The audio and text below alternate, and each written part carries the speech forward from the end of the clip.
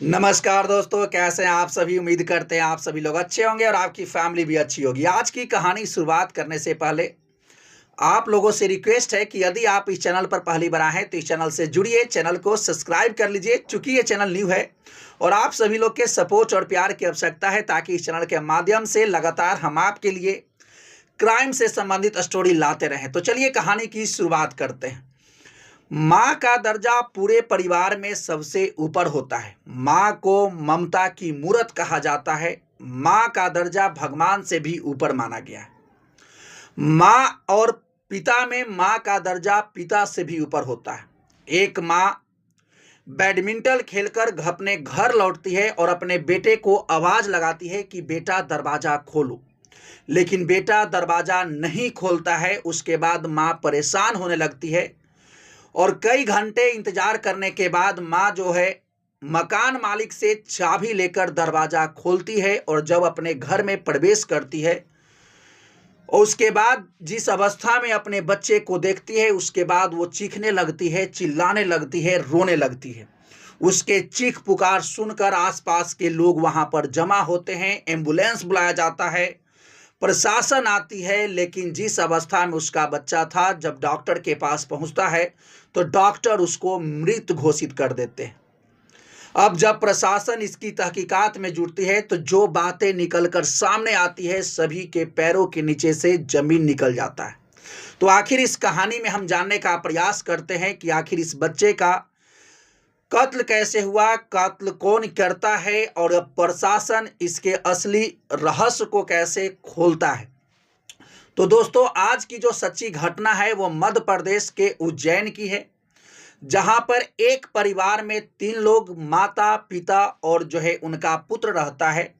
पिता का नाम अलका जैन, माता का नाम अनुपम जैन और जो है बेटा का नाम अभ्युदय, जिसका उम्र जो है 15 साल है। अलका जैन जो बैंक में नौकरी करते हैं और इनका पोस्टिंग भोपाल में है और इस वजह से ये भोपाल में ही रहते हैं। तो एक साथ किराए के मकान में केवल अभ्युदय और उनकी मां अनुपम जैन रहती है। अनुपम जैन जो है इंस्टाग्राम पर वीडियो बनाती है, रील्स बनाती है और उनके साथ साथ इनका बेटा भी जो है वीडियो और रील्स बनाता है। अनुपम जैन जिस प्रकार से कपड़े पहनती है उस कपड़े के ऊपर बेटा जो है टिप्पणी करता है कि माँ ऐसे कपड़े मत पहनो, ऐसे बिंदी मत लगाओ, और दोनों में इस बात को लेकर के कभी कभार झगड़ा भी होते रहता है। 14 फरवरी का दिन था। उनके घर पर एक मेड काम करने वाली आती है, पूरे घर के साफ सफाई करती है और उस दिन उस घर पर उसकी माँ और उसका बेटा ही मौजूद था। अभ्युदय जो है खाना मांगता है, मेड उसको खाना खिलाती है लगभग 1:30 बजे।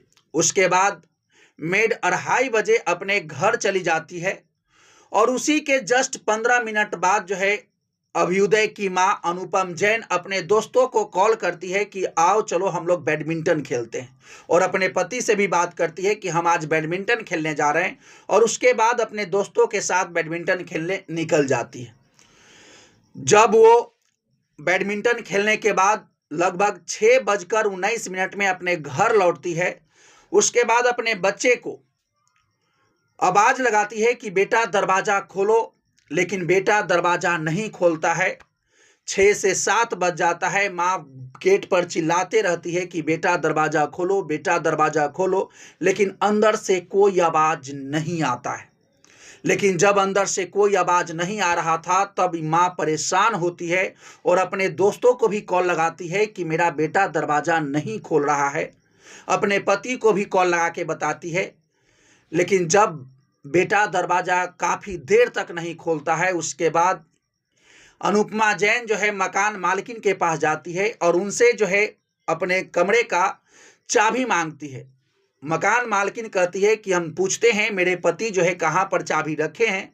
उसके बाद मकान मालकिन एक चाबी का गुच्छा देती, लेकिन जब ये दरवाजे खोलकर अपने घर में जाती है उसके बाद अपने बच्चे को ढूंढना शुरू करती है कि बेटा आखिर तुम हो कहाँ, लेकिन बेटा घर में कहीं दिखाई नहीं देता है।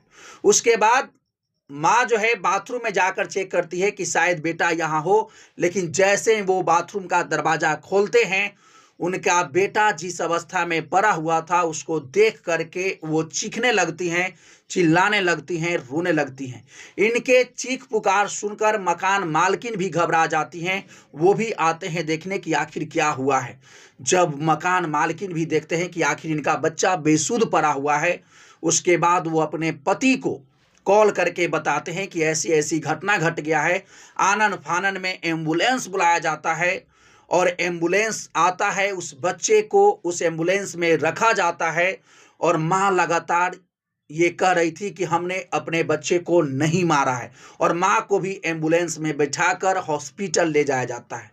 उसके बाद जैसे ही ये लोग हॉस्पिटल पहुंचते हैं, हॉस्पिटल वाले से गुहार लगाया जाता है कि आखिर आप चेक कीजिए ये बच्चे को क्या हुआ है।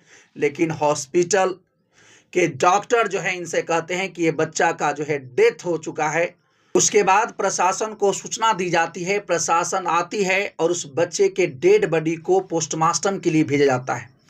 प्रशासन उसके बाद इसके तहकीकात में जुटती है और जहां से इस बच्चे का लाश मिला था वहां आसपास में प्रशासन सबूत ढूंढती है, लेकिन प्रशासन को निराशा हाथ लगती है। वहां से प्रशासन को कोई भी सबूत नहीं मिलता है। उसके बाद प्रशासन उसके माँ से पूछताछ करता है और पूछता है कि जब आपका बच्चा घर में था उस वक्त आप कहाँ थी।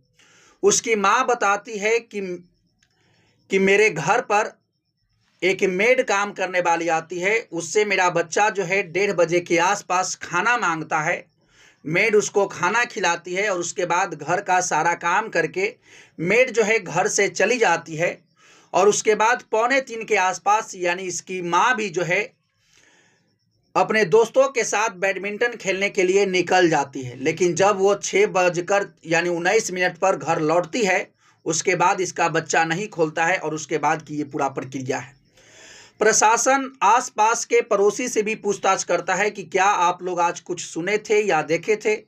पड़ोसियों के द्वारा ये कहा जाता है कि आज इनके घर से जो है बर्तन पटकने का आवाज़ आ रहा था, यानी चक्की चलने का आवाज़ आ रहा था और इस टाइप की आवाज़ इनके घर से आज सुनाई दिया था। प्रशासन वहाँ के आसपास के सीसीटीवी को भी खंगालती है, तो प्रशासन को उसमें एक सबूत मिलता है। वो ये पता चलता है कि उस घर में, चूँकि जिस प्रकार से इनकी माँ बताएं कि 2:30 बजे इनकी मेड जो है अपने घर चली जाती है, सच में उसमें दिखाई देता है कि इनकी मेड जो है 2:30 बजे घर जा रही हैं। उसके बाद ये अपने घर से जो है खुद जो है बैडमिंटन के लिए निकल रही हैं। लेकिन इसके बाद इनके घर पर कोई नहीं आता है, यानी उस सीसीटीवी कैमरे में साफ दिख रहा था। और उसके बाद जब ये आती हैं तो ये दोबारा 6:19 में ये दिखाई देती हैं। प्रशासन को यहाँ से कुछ ना कुछ डाउट होना शुरू हो जाता है कि हो न हो इस बच्चे के मौत के पीछे इसकी माँ ही जिम्मेदार है। और प्रशासन इसके हर कड़ी को जोड़ना शुरू करती है। जिस कमरे में इस बच्चे का लाश मिला था उस कमरे के हर खिड़की और दरवाजे को भी चेक किया जाता है कि क्या इस बीच जब इसकी माँ घर पर नहीं थी उस बीच कोई घर पर आया था, तो ऐसा कोई सबूत नहीं मिलता है। अब प्रशासन इसकी माँ के कॉल डिटेल को भी खंगालता है, तो कॉल डिटेल से ये पता चला कि अपने ये दोस्तों को लगभग 2:35-40 के आसपास से ही लगातार ये कॉल कर रही थी कि चलो बैडमिंटन खेलने चलते हैं, बैडमिंटन खेलने चलते हैं। और उसी बीच जो है अपने हस्बैंड को भी कॉल लगाती है। प्रशासन जब बैडमिंटन के बारे में और पता करती है तो पता चला कि ये लोग जो है डेली लगभग 5 बजे के आसपास बैडमिंटन खेलने जाते हैं, लेकिन आज ये अपने घर से जल्दी निकल जाते हैं। अब प्रशासन को डाउट जो था वो और बढ़ जाता है कि हो न हो इसकी माँ ही जो है अपने बच्चे के कत्ल के पीछे इन्हीं का साजिश है। अब प्रशासन डायरेक्ट इनके माँ से कहता है कि आप बताइए आप जो है अपने बच्चे का कत्ल क्यों किए, क्योंकि सारा एंगल आप पर इशारा कर रहा है। जिस प्रकार से इन्होंने कहा था कि जब हम चले गए थे उसके बाद पता नहीं क्या हुआ, लेकिन प्रशासन को यह साफ साफ दिख रहा है कि उसके बाद बीच में कोई नहीं आया है। मेड भी अपने घर जा चुकी है और ये डेली अपने घर से 5 बजे बैडमिंटन के लिए जाती थी। आज जो है लगभग 2:40 से ही अपने दोस्तों को लगातार कॉल कर रही थी कि चलो बैडमिंटन खेलने चलते हैं। और जिस प्रकार से पड़ोसियों का ये कहना है कि इनके घर से जो है यानी आज जो है बर्तन पटकने का आवाज़ आ रहा था, इनके घर से चक्की चलने का आवाज आ रहा था। अब प्रशासन जब लगातार इन पर दबाव बना रहा था और उसी बीच पोस्टमार्टम रिपोर्ट भी आ जाता है और उसमें ये बताया जाता है कि उसके बच्चे की मौत जो है गला दबाने की वजह से हुआ है। अब प्रशासन को पूरा कंफर्म हो चुका था कि इसके मौत के पीछे इसकी मां का ही हाथ है। अब प्रशासन उसके मां पर दबाव बनाता है कि आखिर आप बताइए, आप जो है अपने बच्चे का कत्ल क्यों किए। शुरुआत में तो उसकी मां जो है आनाकानी कर रही थी, लेकिन उसके बाद वो अपने सारे गुनाह कबूल करती है कि हाँ, हमने ही अपने बच्चे को मारा है, और ये सारी बात बताना शुरू करती है कि मेरा बच्चा जो है हमको डेली रोक टोक करता था कि यानी इस प्रकार के साड़ी मत पहनो, इस प्रकार के बिंदी न लगाओ, और इसी वजह से हम परेशान हो चुके थे अपने बच्चे से, और इसके चलते जो है हमने बच्चे को जान ले लिया। क्योंकि उस बच्चे के गर्दन में एक जो है चैन था और उसी चैन के सहारे उसको जो है गला दबा करके उसको मार दिया जाता है। अब जब ये प्रशासन को पता चला तो प्रशासन और इसकी तहकीकात में जुड़ती है। तो प्रशासन को एक बात और पता चला कि जब इनका शादी जो हुआ था उसके 7 साल के बाद, काफ़ी मिन्नतों के बाद ये बच्चा पैदा हुआ था। और सोचिए, एक माँ जो है अपने ही बच्चे का कत्ल कर देती है। इतनी निर्दयी माँ कैसे हो सकती है। तो दोस्तों, यही पूरा कहानी था।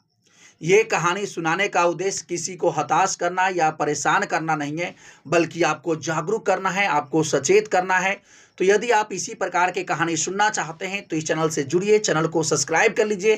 तो चलिए मिलते हैं नेक्स्ट वीडियो में नेक्स्ट कहानी के साथ। तब तक के लिए thank you, best of luck, जय हिंद, जय भारत।